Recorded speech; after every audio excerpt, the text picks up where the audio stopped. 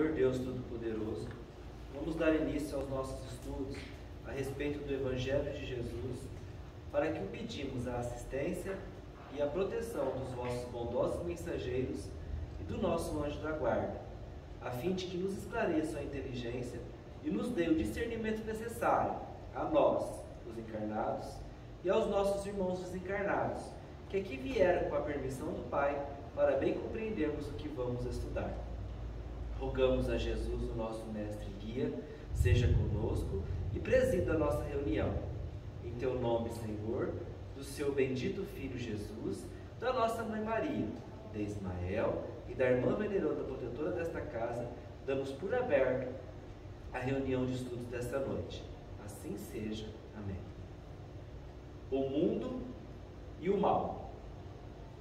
Não peço que os tire do mundo, mas que os livres do mal. Jesus, em João 17,15. Nos centros religiosos, há sempre grande número de pessoas preocupadas com a ideia da morte. Muitos companheiros não creem na paz nem no amor, senão em planos diferentes da terra. A maioria aguarda situações imaginárias e injustificáveis para quem nunca levou em linha de conta o esforço próprio. O anseio de morrer para ser feliz é enfermidade do espírito. Orando ao Pai pelos discípulos, Jesus rogou para que não fossem retirados do mundo, e sim libertos do mal. O mal, portanto, não é essencialmente do mundo, mas das criaturas que o habitam. A terra, em si, sempre foi boa. De sua lama brotam lírios de delicado aroma. Sua natureza material é repositório de maravilhosos milagres que se repetem todos os dias. De nada vale partirmos do planeta quando nossos males não foram exterminados convenientemente. Em tais circunstâncias, assemelhamo-nos aos portadores humanos das chamadas moléstias incuráveis. Portanto, podemos trocar de residência, todavia, a mudança é quase nada se as feridas nos acompanham. Faz-se preciso, pois, embelezar o mundo e aprimorá-lo, combatendo o mal que está em nós.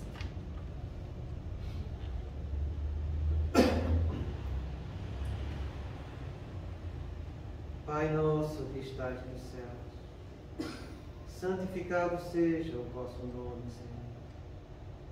Que venha a nós o vosso reino, que seja feita a vossa vontade, assim na terra como no céu. O pão nosso de cada dia nos dai hoje, Senhor. Perdoai as nossas ofensas, assim como nós perdoamos aos que nos têm ofendido. E não nos deixeis que entremos em tentação, e livrai-nos, Pai, de todo o mal, porque teu é o reino, o poder e a glória para sempre. Amém. Espíritos esclarecidos e benevolentes, bondosos mensageiros de Deus, que tendes por missão assistir aos homens e conduzi-los pelo bom caminho, sustentai-me nas provas desta vida. Dai-me força para suportá-las sem murmurar. Afastai de mim os maus pensamentos e fazei que eu não dê entrada a nenhum espírito que tentasse iludir-me e conduzir no caminho do mal. Esclarecei minha consciência com relação aos meus defeitos e tirai-me de sobre os olhos o véu do orgulho, capaz de impedir-nos perceber e confessá-los a mim mesmo.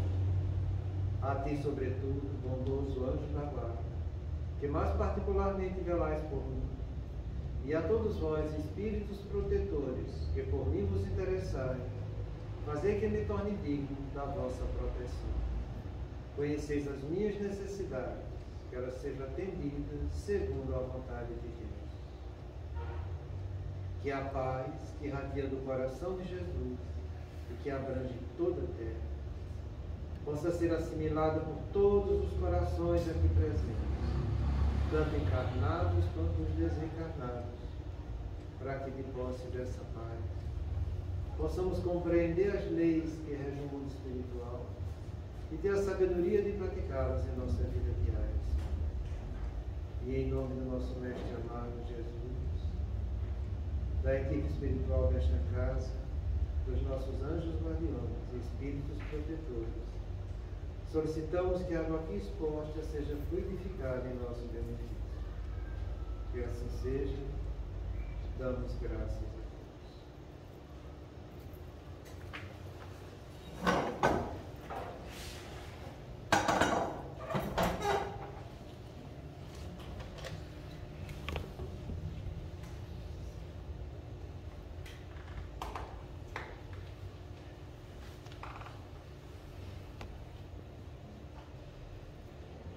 Boa noite. A semana passada, a gente viu que as correntes mentais que a gente sintoniza, elas fazem parte de nós e a gente troca energias com esses irmãos. A gente viu que quando a gente tem coisas positivas, bons espíritos ficam junto da gente. E quando a gente pratica atos equivocados, como ele fala aqui, se interessados, porém, nas colocações da vulgaridade, do prazer, da impiedade ou da preguiça, do vício ou da desordem, recebem maior influxo de ondas mentais equivalentes, resvalando para os despenhadeiros da emoção aturdida e do desequilíbrio. Isso aqui é uma palavra que tem um peso imenso dentro da doutrina espírita. Porque Deus não julga o fato, Ele julga os motivos que geraram o fato. Então Ele julga os nossos interesses. E a gente já viu que o Emmanuel Kant falou que toda vez que você trabalha com um interesse, esse trabalho não tem valor moral. É uma frase que incomoda, né? Porque todo interesse tem uma ação utilitarista. Eu dou com uma mão e recebo com a outra. Jesus falou, não saiba a vossa mão direita o que a esquerda oferece. Então Jesus já tinha falado isso para a gente. Emmanuel Kant reafirma. E a gente vê a doutrina espírita falando o tempo todo disso. Deus não julga o fato, Deus julga o interesse que gerou o fato, os motivos que geraram o fato. Então, que a gente analise nossos interesses, porque esses interesses, eles vêm de várias formas, sabe? E muitas vezes a gente usa de forma dissimuladas para ele. E é aí onde está o nosso grande mal. Então, depois que a gente estudou isso, o Alírio fez a seguinte observação, que é o que a gente vai estudar hoje. Se não vigiarmos nossas tendências descritas acima, nossas ondas mentais irão assimilar as ondas mentais equivalentes. E o processo irá se aprofundando.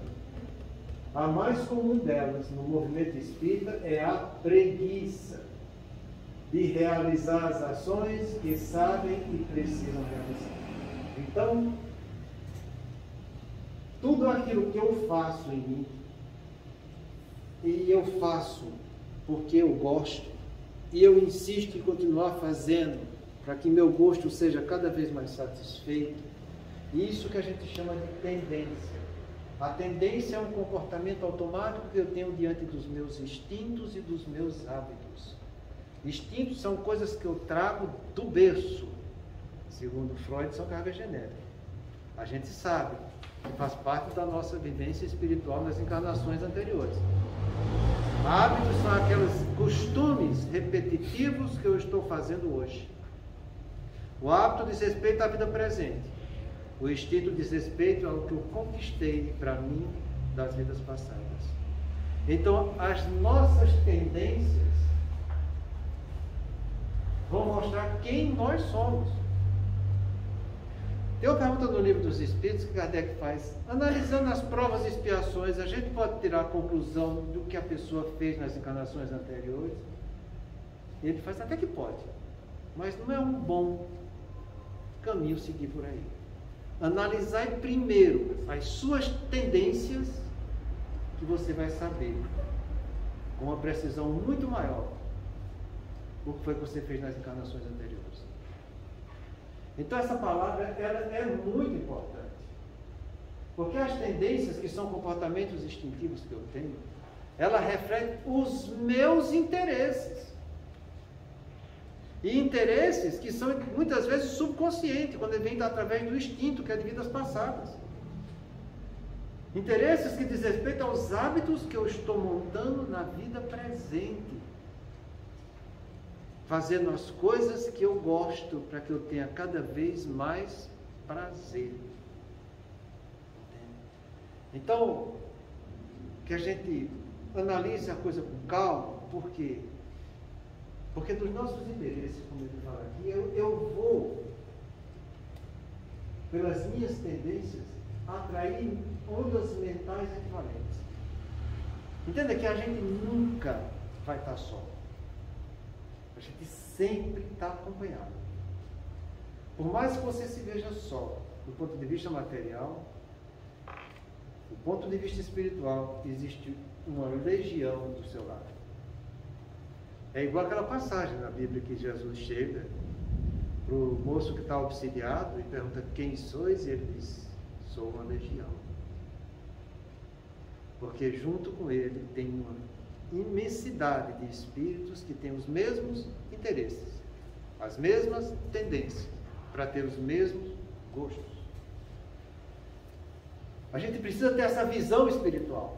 A gente precisa sair da vista humana, que a gente está acostumado a conviver pela matéria, e ter a visão espiritual de aquilo que eu estou pensando está refletindo não só minhas tendências, não só meus interesses, mas também os interesses de muitos espíritos que estão ao meu lado. E no meio desses espíritos a gente tem ideias que são boas e tem ideias que não são boas. Você escolhe o que você vai fazer. Mas aquilo que você escolher, você vai aumentar um relacionamento cada vez mais íntimo e profundo com aqueles que você está compartilhando. Quanto maior for o instinto, quanto maior for o hábito, maior a força dos irmãos que estão te acompanhando no mundo espiritual.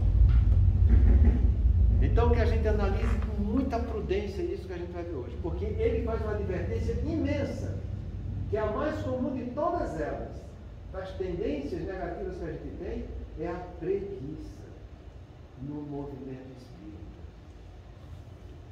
Se você for perguntar para alguém que ele é preguiçoso, é difícil ele dizer que é, né? Até aqueles que acham que trabalham, acham que não são preguiçosos. Mas uma grande parcela é. Não é à toa que a preguiça é um pecado capital. É um pecado que está arraigado ainda na natureza humana. É difícil você ver uma pessoa que não tenha uma parcela de preguiça na sua vida. Então, analisando direito essa palavra preguiça, eu trouxe para vocês o que é que ela significa naquele site que diz significado.com.br. Eu gosto muito daquele site, sabe? Ele dá uma análise bem profunda de cada termo que está descrito lá. E eu trouxe a definição de preguiça com os exemplos que tem, para que a gente analise um pouco.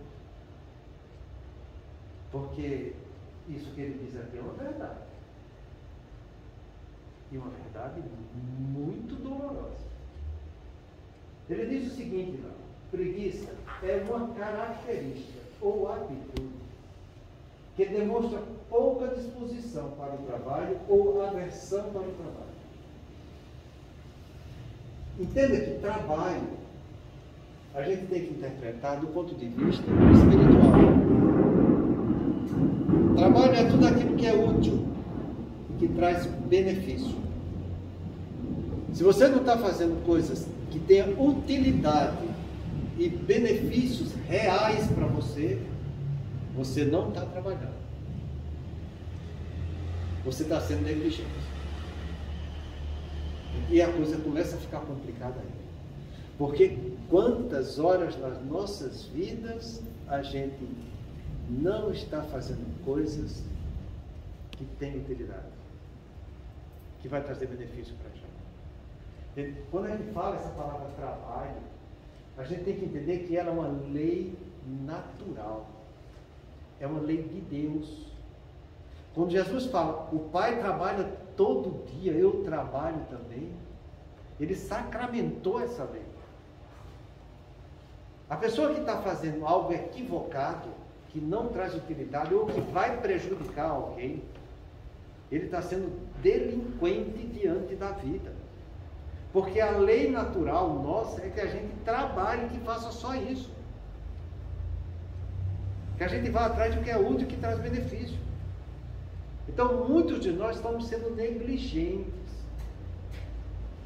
E o pior não é isso, sabe? É que quando você vai ler o livro Ação e Reação de André Luiz, no primeiro capítulo, que o Gube vai definir as zonas infernais. E olha, aqui ele está vendo uma zona infernal que está passando por um processo que ele chama de queima de fluidos. A gente vê André Luiz definir essa primeira versão de queima de fluidos no livro Obreiros da Vida Eterna, que é o fogo devorador, que ele chama, das regiões infernais. Quando se acumula muita energia negativa, fica difícil de trabalhar. Existem uns maquinários no mundo espiritual que degradam essa energia negativa e vão queimando esses fluidos para refazer a natureza espiritual do local. Então, André Luiz está dentro de uma casa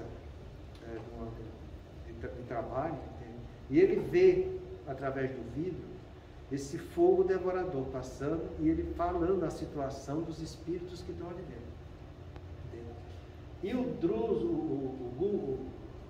Druso, ele vai definir o inferno para ele.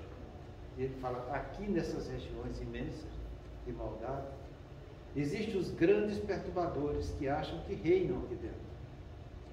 E que eles vivem aqui, sabe Deus quantos milênios nessas regiões. Abaixo deles tem seres perversos por natureza que se comprazem com a maldade, que eles mesmos gostam de ser submetidos por esses gêmeos trevosos. E abaixo dos perversos existem os delinquentes e viciosos que estageiam aqui por anos e séculos até acordarem na verdade e poderem ser resgatados. Então, essa palavra de ser vicioso e delinquente nos escraviza nas regiões inferiores. Então, cuidado com essa palavra preguiça. Cuidado se você não está trabalhando, se você está com pouca disposição ou mesmo com aversão ao trabalho. Porque isso é preguiça. Então, que a gente procure ser útil, que a gente procure fazer só o que traz benefício. Porque Kardec pergunta também na lei do trabalho, a gente não tem direito ao repouso para refazer nosso corpo? Ele fala, tem e deve. É dever nosso cuidar pelo repouso para que o corpo se refaça. Porém, durante o repouso físico, é importante para que a sua inteligência se desprenda do mundo material e entre em relação mais íntima conosco, no mundo espiritual. Então, o que é que você faz quando você está repousando para que seu corpo se refaça? Você está tendo atitudes nobres para que sua inteligência se desenvolva ao lado também de espíritos nobres? Ou você está no caminho da preguiça, achando que não precisa trabalhar, porque seu corpo está necessitando realmente de repouso? E isso é muito importante, porque principalmente para nós que somos homens. O homem acha que trabalhando fora de casa, aquelas suas 8 horinhas, quando ele chega em casa, ele acha que não deve fazer mais nada. Ele acha que deve sentar, deitar lá, e na manhã tem que fazer tudo, tem que levar comida para ele, levar água, fazer Não, não é desse jeito. Aquela pessoa que acha que está no repouso para não fazer nada e só curtir sua vida, lembra do Cláudio, do livro Sexo e Destino de André Luiz, que ele chega no final de semana, acordou no bem bom, tomou seu banho, está lá fumando seu cigarro, lendo o jornal, e nisso chega o Moreira, que é seu obsessor, e diz, eu estou com sede, vamos beber. Eu estou com sede, vamos entender. E ele sente o gosto da bebida. Porque é aí que vem essa palavra tendência. E ele fala para ele mesmo, domingo, repouso, tudo de bom, por que eu não vou tomar meu uísque? Todo mundo toma. E aí ele vai tomar, e quando toma, o perispírito de Moreira e o dele se justapõe de uma maneira tal que André Luiz não sabe distinguir onde está um e onde começa o outro. Então, que a gente reflita muito nisso, sabe? Porque Deus nos fez para isso, para trabalhar. Tá? E Kardec também pergunta lá no meio do trabalho: e qual o limite que a gente tem para o trabalho? E a resposta é muito bonita. Ele diz que Deus deixa isso a cargo de cada um. Então a coisa fica na tua consciência. Deus não está em posição nenhuma de dizer você vai fazer isso, aquilo, não. É você quem vai dizer para você mesmo se você está trabalhando da maneira correta ou se você não vai estar trabalhando. Não pensa que é como aqui na natureza humana, que você é contratado para trabalhar 8 horas, você vai lá, tica quando entra, tica quando sai, entra na preguiça lá dentro do seu trabalho, porque você fica fugindo da sua responsabilidade muitas vezes, entende? Fica se pintando, se maquiando, botando não sei o que lá aqui, tem hora para comer, tem hora para tomar água, tem hora para tudo. Fugindo do trabalho. Isso fica a cargo da consciência de cada um. Cada um vai ter sua consciência para entender e julgar sua realidade, fazer um juízo de valor dos seus atos. Essa é a definição de consciência. Capacidade que cada um tem de entender e julgar a sua realidade, fazendo juízo de valor dos seus atos. E a gente, diante disso, tem a responsabilidade, que é a obrigação interna que cada um tem de analisar o juízo de valor do que ele fez. Você se sente obrigado, sua consciência lhe manda a fazer isso, a você ser uma pessoa responsável. Então, cada um vai ditar o trabalho que vai realizar, mas cada um vai ter que responder por ele. E ele dá alguns exemplos aqui de preguiça, e que é aqui que eu acho que a gente tem que focar. Porque se você acha que não é preguiçoso, vamos ver o que é que ele vai dizer com esses exemplos. Sabe? Ele diz o seguinte: está relacionada com a negligência, indolência, mandrice, demora e lentidão em praticar qualquer ação. Então vamos ver a primeira: negligência, desleixo, descuido. Negligência é falta de atenção. E quando a gente fala essa palavra atenção, eu volto para trabalhos de neurociência, em que ele diz, trabalhos humanitários de neurociência. Ele diz o seguinte: o carinho, o afeto e a atenção são nutritivos. O exemplo disso a gente tem naquele vídeo dos 1000 dias das crianças.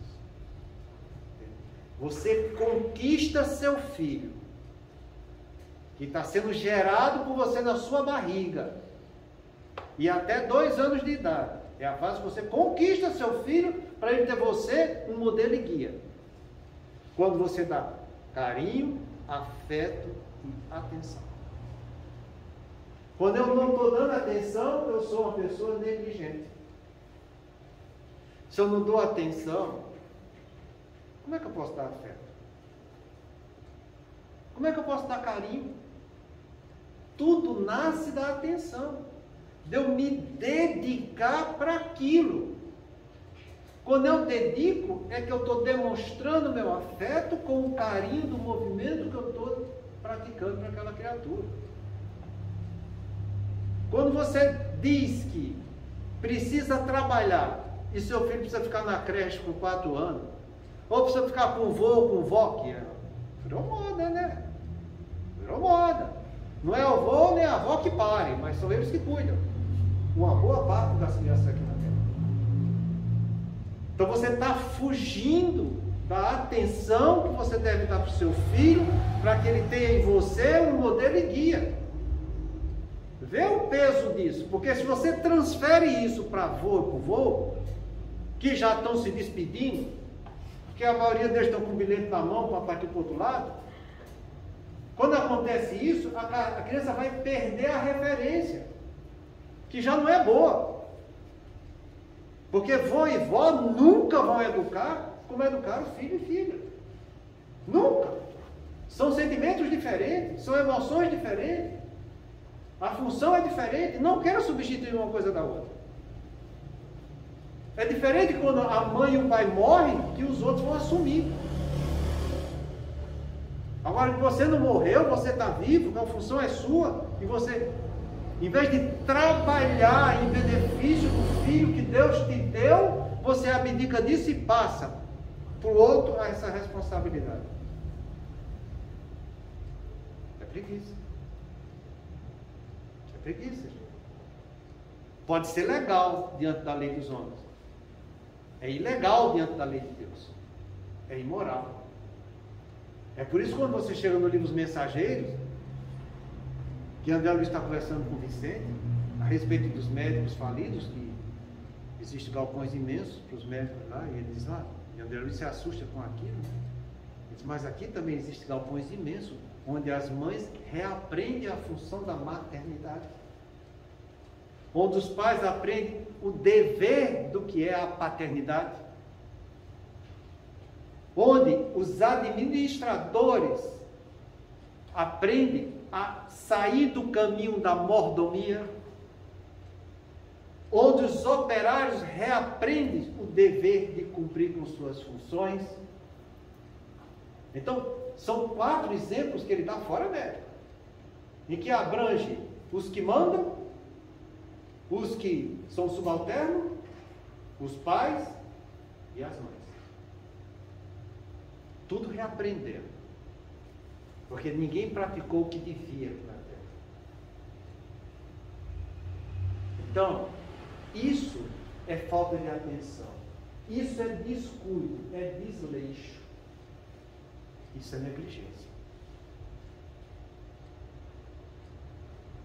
Um dia eu estava fazendo atendimento fraterno aqui, chegou um pai com uma criança, essa criança tem 7 anos, é uma criança hiperativa com crise convulsiva, fazia 3 anos que ela estava tendo crise convulsiva, nunca tinha sido tratado.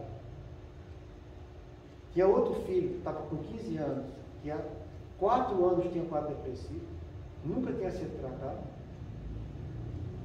E quando a mãe terminou de falar, que eu olhei para aquilo lá, eu digo, mas isso é uma negligência.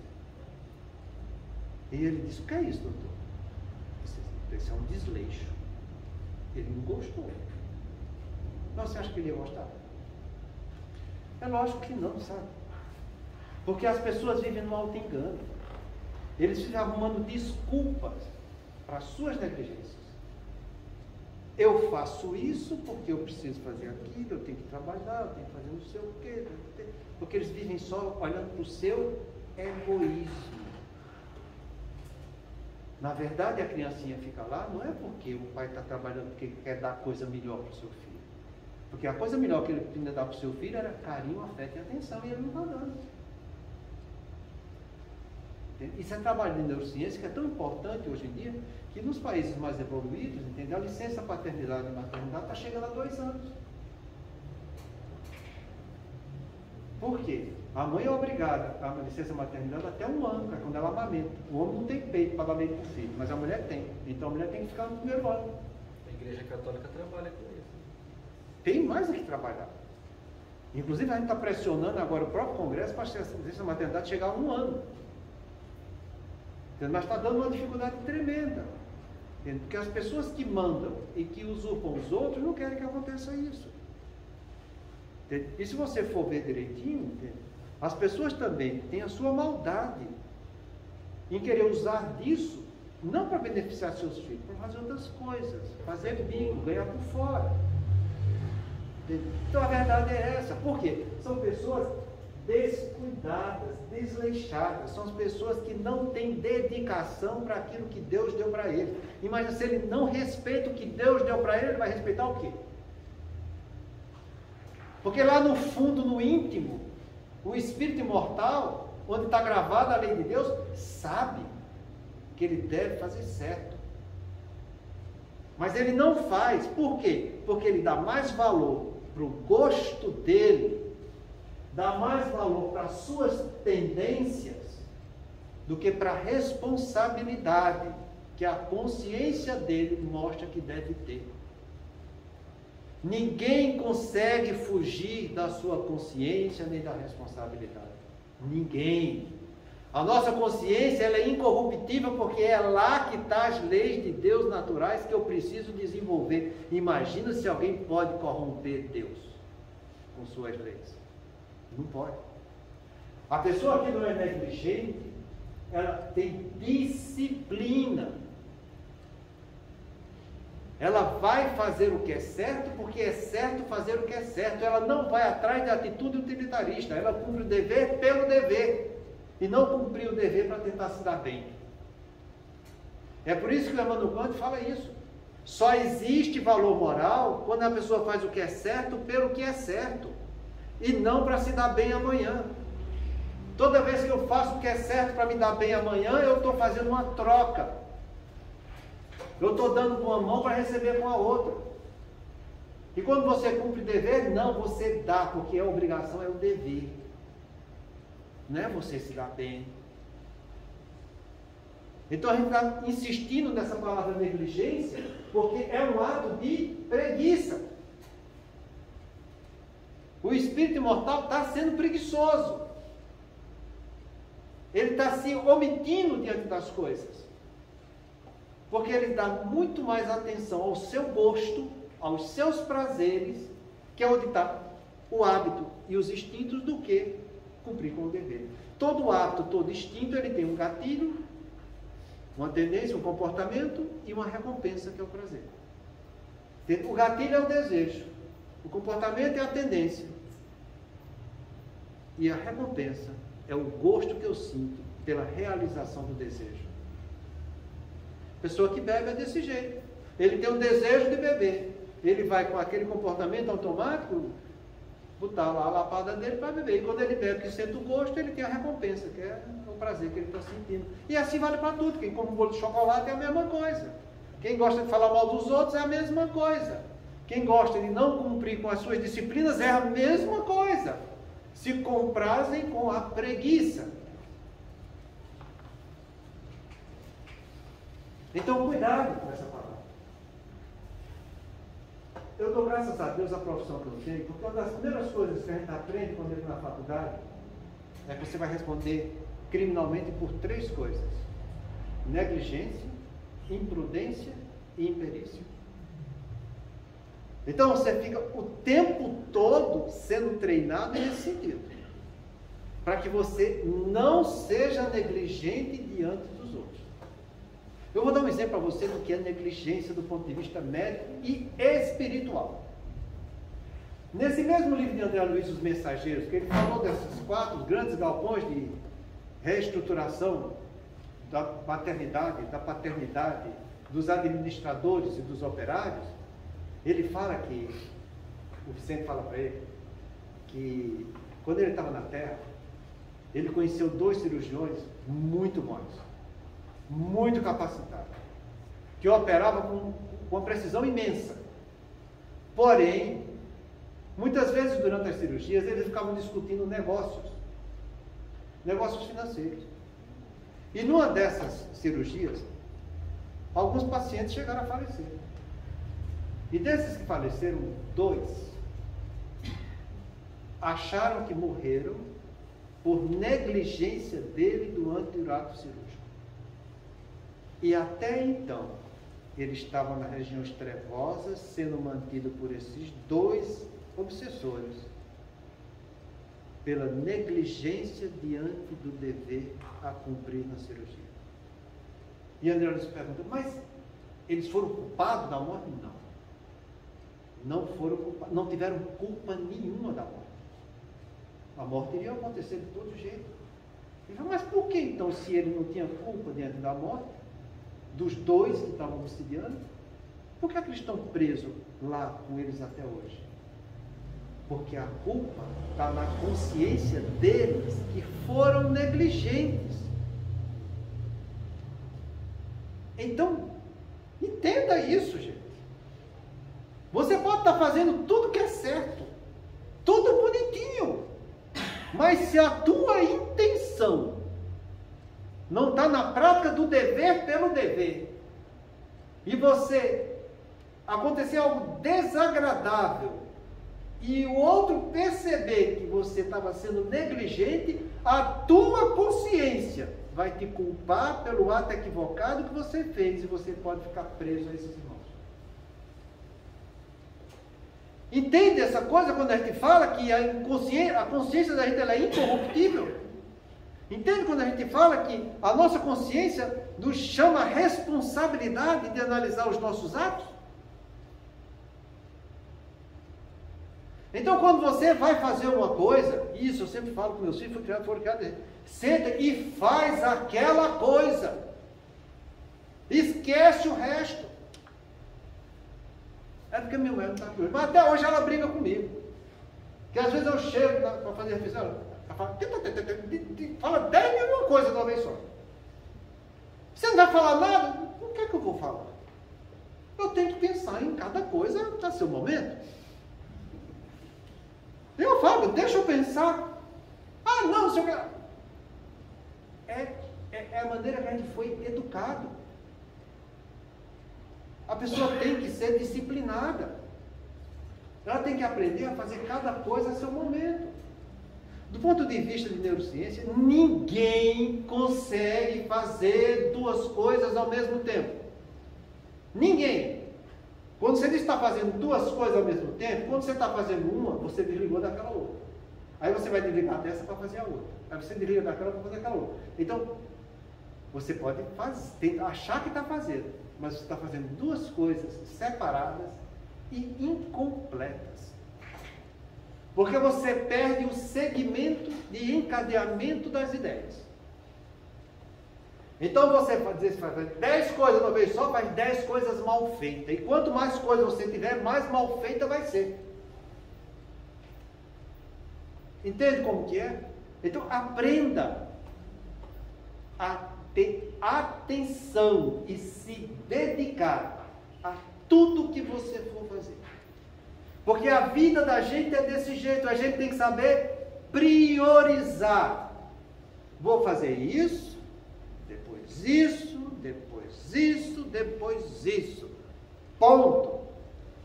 Se você for ver as pessoas que trabalham muito e têm muitas funções, eles fazem desse jeito. Eles fazem cada coisa no seu momento. Agora é isso. Pronto, faz. Agora é isso aqui. Feito. É desse jeito. A pessoa que fica fazendo mais de uma coisa simultaneamente, ela não faz nada bem feito e muitas vezes fica tudo pela metade. Então ela arruma muita função e não dá conta de nenhuma. Por isso, quando você for procurar alguém para lhe ajudar, procure alguém que é bem ocupado. Porque se alguém bem ocupado se disser, eu vou te ajudar, ele vai. Agora, se você procurar alguém que não é bem ocupado, ele dizer que vai te ajudar, fica esperto, porque isso aí ele vai tomar na bola. É aí que está o problema. São pessoas que são negligentes, eles terminam fazendo as coisas sem atenção, fazendo as coisas com descuido. Entende? E as coisas terminam se complicando para a vida dela. Então compreenda que a negligência, o descuido, o desleixo é uma forma de preguiça. Outra forma de preguiça é a indolência, que é a indiferença e insensibilidade. Essa palavra aqui a gente já estudou muito, né? A indiferença e a crueldade, essa falta de sensibilidade, a gente chama de desamor. Porque quem ama nunca vai ficar indiferente, porque quem ama está se predispondo a fazer o bem do outro. Como é que ele vai fazer o bem do outro sendo indiferente? Então, cuidado com isso. Porque quando você fica sendo indiferente diante da vida, isso é um ato de preguiça. E são muitas as formas que a gente fica indiferente. Às vezes as pessoas dentro de casa convivem com as pessoas, convivem com os filhos, mas não sabem viver com eles direitinho. Tanto é que muitos deles, quando menos esperam, seus filhos estão se matando. Suicidou. Mas eu nem percebi que ele estava passando por um problema. Jamais imaginei que fosse acontecer isso. Mas é desse jeito. Porque são pessoas que estão olhando para a cara do outro, mas é como se o outro não estivesse ali. São indiferentes diante das pessoas. Eles não têm também o carinho, o afeto e a atenção. E isso é muito grave. Você saber abrir a porta do seu coração para deixar seu filho falar. Você deixar com que ele se pronuncie com o que ele está sentindo. É uma das coisas mais bonitas que a gente tem na vida. Eu procuro muito fazer isso com meus filhos. Fala. Se fez besteira, fala. Se não fez, fala também. Tá entendendo? Porque o que a gente puder fazer, a gente vai fazer. Sabe? Então, quando você abre essa janela para que as pessoas se comuniquem com você, quando você tem essa sensibilidade de oferecer para elas, essa porta terapêutica em que eles vão conseguir dizer algo que está incomodando muito dentro deles para você, que muitas vezes você acha que aquilo ali é insignificante. Insignificante para você, que já passou por essa dificuldade, mas para ele não é. Adolescente passa por situações muito difíceis na vida, gente. Eu já falei para vocês que uma das fases mais difíceis começa na puberdade do ser humano.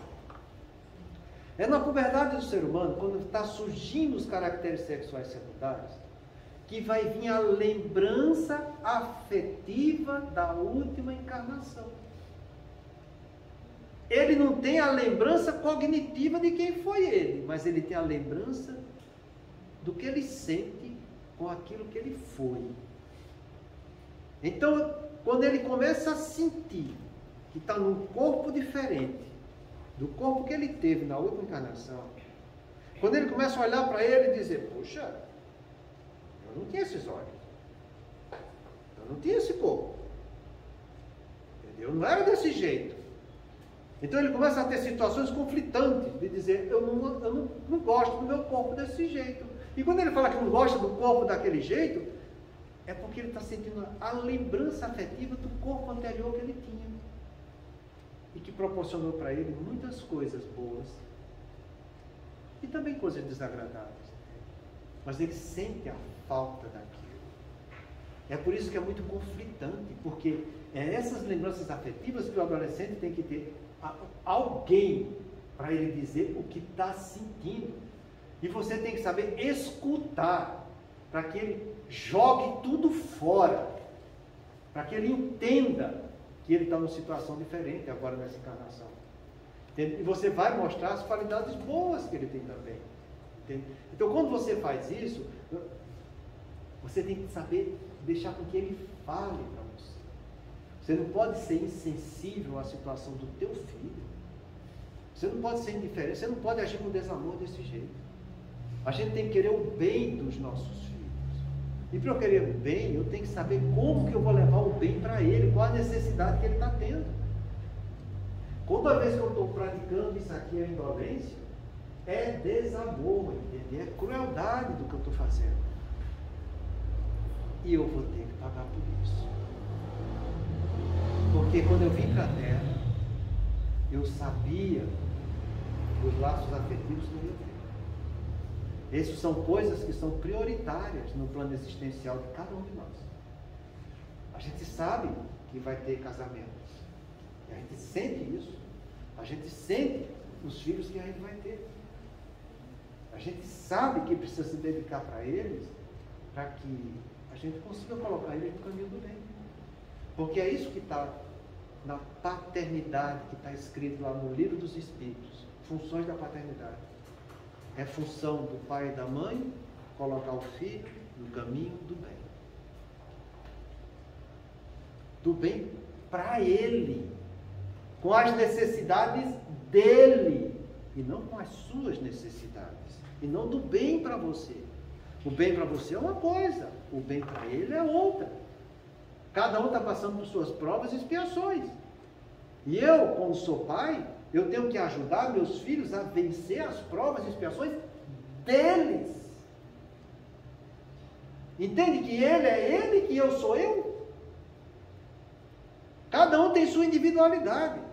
Cada um tem um progresso já realizado.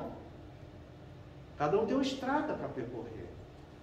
A gente está junto para que ajudemos mutuamente, mas no caso de pai e filhos, que é um relacionamento vertical, o pai está aqui em cima com a mãe para educar os filhos que estão aqui embaixo e trazer todos eles para o caminho da verdade.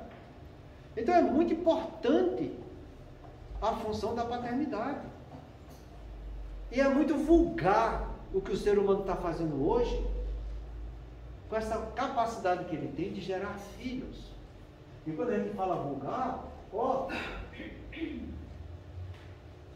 vê como é que está se trabalhando a sexualidade hoje em dia. Vê se as pessoas têm, pelo menos, afinidade fluídica para começar a ter relação sexual. Nem tem. Se conhece na balada, se transa na balada, depois, o que eu saí ontem mesmo? E, no entanto, vão aí engravidando, vão aí se juntando de última hora, e juntando de última hora, sabe Deus como é que essas crianças estão sendo geradas? Onde é que vai estar o carinho, o afeto, a atenção? Eu não sei. Porque não existe nem carinho, afeto e atenção um com o outro. Foi só uma experiência fortuita, em que teve uma troca de fluidos humanos, sem pensar nos fluidos espirituais que estavam sendo em jogo, tá entendendo? Então, isso tudo é indiferença, é insensibilidade. Porque Deus deu essas funções a todos nós, para que a gente usasse isso tudo no caminho do bem. Que o homem usasse da sensibilidade, da sensualidade para desenvolver sentimentos e não para cair no sensualismo, que é a prática irresponsável da sensualidade. Toda vez que eu estou usando minha insensualidade sem responsabilidade, isso é, sem consciência do que eu estou fazendo, eu estou me comprometendo. Então, cuidado, porque a gente está aqui para desenvolver sensibilidade. A sensibilidade é um processo do espírito. A emoção é um processo da carne. Que eu, analisando essa emoção, eu vou estar apurando sensibilidade. Outra coisa que vem na preguiça é o que eles chamam de mandrice, que é a ociosidade. Ociosidade é tudo aquilo que eu faço sem utilidade. Toda vez que eu fujo da lei do trabalho, eu estou sendo ocioso. Então você, quando está lá no Instagram, isso é ociosidade. Você, quando está lendo um filme, que não está tendo qualidades morais nenhuma, e apenas está passando o tempo, não vou passar o tempo, vou descansar, passar o tempo. Tudo que você faz, entende que não está te trazendo algo positivo, é ociosidade. Tem pessoas que vivem a vida inteira, o dia inteiro, dizendo que está trabalhando, fazendo coisas, que está cansada, mas porque ficaram na ociosidade. Porque isso gera, não cansaço, isso gera tédio. Não confunda tédio com cansaço. O cansaço surge em decorrência de um trabalho, porque eu gastei energia. Cansado de não fazer nada. Cansado de não fazer nada, ele está em tédio. E olha se não está entrando em vazio existencial. São pessoas que já acordam desse jeito. Oh, faz isso, não, estou cansado. Cansado de quê, meu? Não fez nada. Guilherme é cansado. Guilherme voltou assim. É tédio ou vazio existencial, gente. Então não confunde as coisas, porque o tédio é muito ruim. É uma sensação muito desagradável para a pessoa. Ela se sente vazia e sem preenchimento dentro dela mesma. Ela perdeu tanto tempo que ela se sente oca. Isso o quê? De fazer coisas que não têm utilidade. Então você está assistindo uma novela, ociosidade, porque o que vai trazendo de bom? Você está lendo um livro que é Água com Açúcar, tem um monte de livro espírita que é desse jeito. Você lê aquelas histórias românticas, não sei o quê, coisa e tal, chega no fim do livro, o mocinho sai bem, a mocinha está bem, coisa e tal. Isso tudo é ociosidade. Fale uma coisa de vergonha. Fale uma coisa que tenha peso cultural. Alguma coisa que dê uma catucada em vocês. Diga, faz alguma coisa que preste na tua vida. Isso é que é uma leitura boa. Vai assistir um filme desse jeito. Entende? Está cansado? Vai escutar uma música clássica que é repousante, que vai trazer paz. A arte faz parte da evolução espiritual. Você vê também no livro Os Mensageiros, entende? Quando a Ismália vai tocar um poema, entende? Que é uma descrição muito bela, entende? Que eles sentem, ela não fala, eles sentem o pensamento dela junto com a melodia.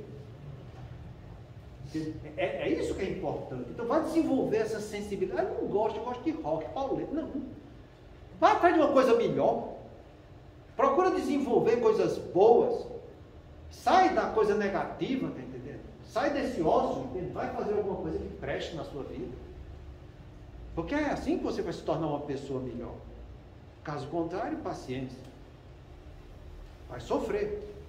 Vai viver de ilusão. E uma hora, quando a verdade chegar para te visitar, paciência, só vai ser dor e sofrimento mesmo, tá entendendo? Então, outra coisa que ele fala é a demora. Isso é bom em casa, né? Menino, ainda está fazendo isso? Não terminou ainda, porque é desse jeito, é uma morosidade imensa, tá entendendo? Vai lavar um prato, ele fica... Se é para lavar uma roupa, meu Jesus Cristo, ele passa a manhã inteira para lavar um pedaço de pano desse tamanho. Isso é preguiça. A pessoa tem que adquirir capacitação para fazer as coisas no melhor que pode, nas condições que tem. Não é para fazer com pressa, é para fazer com precisão. Quando você não faz com precisão, ou está fazendo com pressa que é mal feito, ou está fazendo de uma maneira demorada, porque aí é preguiça. Então a gente não pode ficar desse jeito, tem que fazer as coisas com atraso. Isso é interessante, sabe? Porque as pessoas costumam procrastinar, sabe? É um dos grandes vícios da natureza humana. Ele sabe que deve cumprir com aquela função, mas ele já podia fazer hoje. Ele, não, estava amanhã, então vou deixar de fazer amanhã. Vai amanhã, ele faz tudo de última hora, correndo, com atraso. A coisa não vai para frente. Em vez dele fazer com capricho, com dedicação, botando o empenho dele para que faça coisa melhor ainda, ele não faz. Então que a gente tenha muito cuidado com isso, entende? Às vezes as pessoas agem fazendo as coisas mal feitas, como a gente vê isso nos hospitais. Pelo que eu ganho, já fiz demais. Né? Funcionário público gosta de falar isso. Pelo que eu ganho, já fiz demais. Tem pessoas que em nome da posição que tem, eles degradam a sua ação. Isso é muito ruim. Isso é péssimo, sabe? Vamos ver. Então, cuidado com a demora, com o atraso, com a lentidão, com a vagareza, porque isso tudo faz parte da preguiça.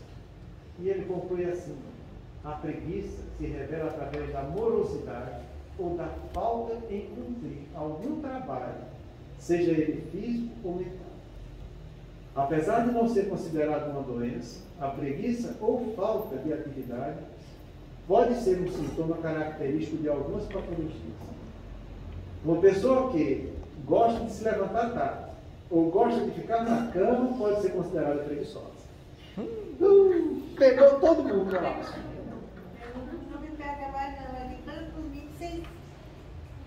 Para você ver como é comum essa palavra preguiça e como a gente acha que não é. E, no entanto, a gente tem um comportamento francamente preguiçoso. É por isso que é um pecado capital.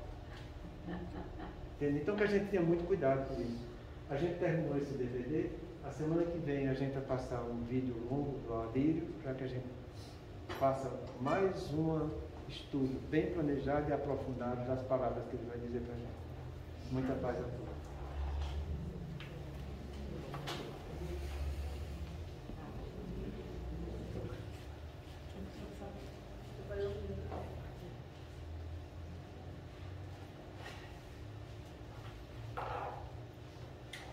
Façamos nossa prece, lembrando dos nossos entes queridos, amigos e inimigos, que precisam do nosso afeto e da nossa atenção. Deus, nosso Pai, que tens poder e bondade, dai força àquele que passa pela provação, dai luz àquele que procura a verdade, põe no coração do homem a compaixão e a caridade. Deus, dai ao viajor a estrela guia, ao aflito a consolação, ao doente repouso. Pai, dai ao culpado o arrependimento, ao espírito a verdade, à criança o guia, ao órfão Pai. Senhor, que a vossa bondade se estenda sobre tudo que criaste. Piedade, Senhor, para aquele que vos não conhece. Esperança para aquele que sofre. Que a vossa bondade permita aos Espíritos Consoladores derramarem por toda parte a paz, a esperança e a fé. Deus, um raio, uma faísca do vosso amor pode abrasar a terra. Deixai-nos beber nas fontes desta bondade fecunda e infinita, e todas as lágrimas secarão, todas as dores acalmar-se-ão, e um só coração, um só pensamento subirá até vós como um grito de reconhecimento e de amor. Como Moisés sobre a montanha, nós vos esperamos com os braços abertos, ó poder, ó bondade, ó beleza, ó perfeição, e queremos de algum modo alcançar a vossa misericórdia. Deus, dai-nos a força de ajudar o progresso, a fim de subirmos até vós. Dai-nos a caridade pura, dai-nos a fé e a razão. Dai-nos a simplicidade para que nossas almas o espelho onde se refletirá a vossa imagem. O tempo não para. Se agora encontras o teu ontem, não ouvides que tua ação de hoje será a luz ou a treva do teu amor. Obrigado, Pai. Obrigado, Mestre Jesus, pelas lições do Evangelho. Obrigado, Allan Kardec, pela codificação espírita. Obrigado pela lei de trabalho, Senhor. Possamos meditar nessa lei em nossos corações, em nossas mentes, trabalhando essas questões. Pai nosso que estais no céu, santificado seja o vosso nome. Venha a nós o vosso reino, seja feita a vossa vontade, assim na terra como nos céus. O pão nosso de cada dia nos dai hoje. Perdoa, Pai, as nossas dívidas, assim como nós perdoamos aos nossos devedores. E não nos deixeis cair em tentação, mas livrai-nos, Senhor, de todo o mal. Que assim seja.